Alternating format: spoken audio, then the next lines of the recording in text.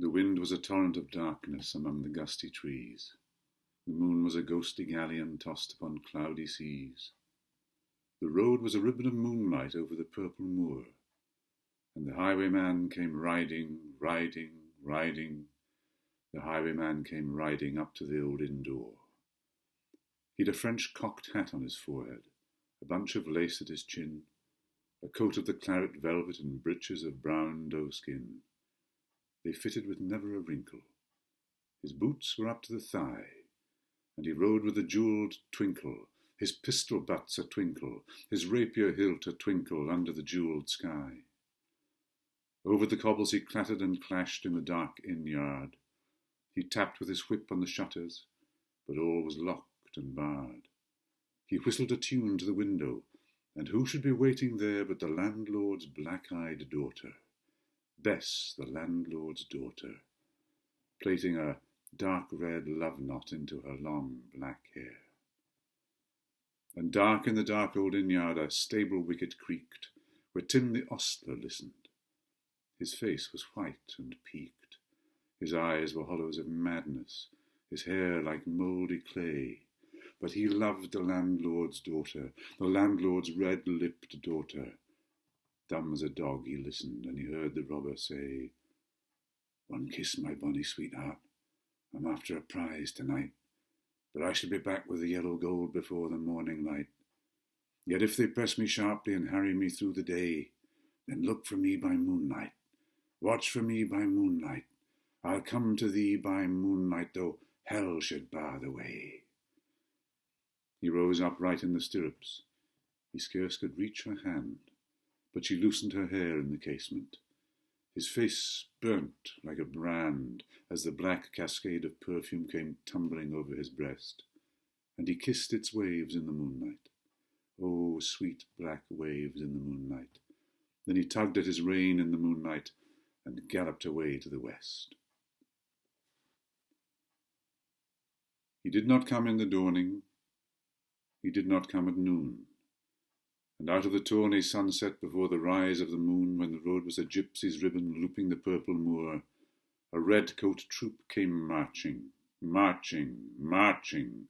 King George's men came marching up to the old inn door. They said no word to the landlord, they drank his ale instead, but they gagged his daughter and bound her to the foot of her narrow bed.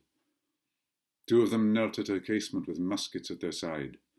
There was death at every window, and hell at one dark window, for Bess could see through her casement the road that he would ride. They had tied her up to attention, with many a sniggering jest. They had bound a musket beside her with the muzzle beneath her breast. "Now keep good watch," and they kissed her. She heard the doomed man say, "Look for me by moonlight, watch for me by moonlight. I'll come to thee by moonlight, though hell should bar the way." She twisted her hands behind her, but all the knots held good. She writhed her hands till her fingers were wet with sweat or blood.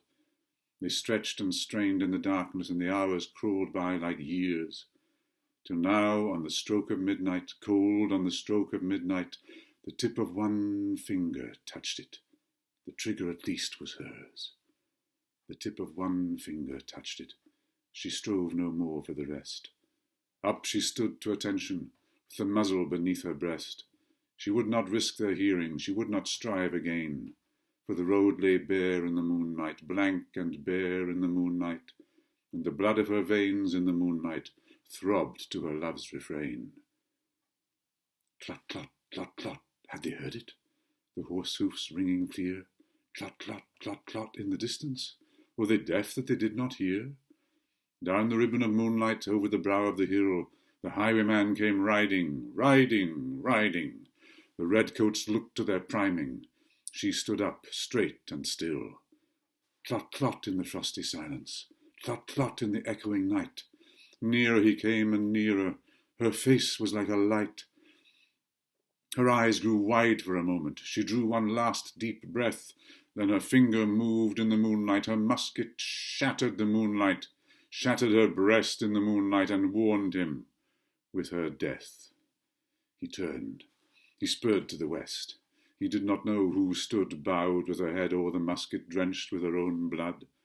Not till the dawn he heard it, and his face grew grey to hear how Bess, the landlord's daughter, the landlord's black-eyed daughter, had watched for her love in the moonlight and died in the darkness there. Back he spurred like a madman, shrieking a curse to the sky, with the white road smoking behind him and his rapier brandished high. Blood-red were his spurs in the golden noon, wine-red was his velvet coat, when they shot him down on the highway, down like a dog on the highway, and he lay in his blood on the highway, with a bunch of lace at his throat. And still of a winter's night, they say, when the wind is in the trees, when the moon is a ghostly galleon tossed upon cloudy seas, when the road is a ribbon of moonlight over the purple moor, a highwayman comes riding, riding, riding.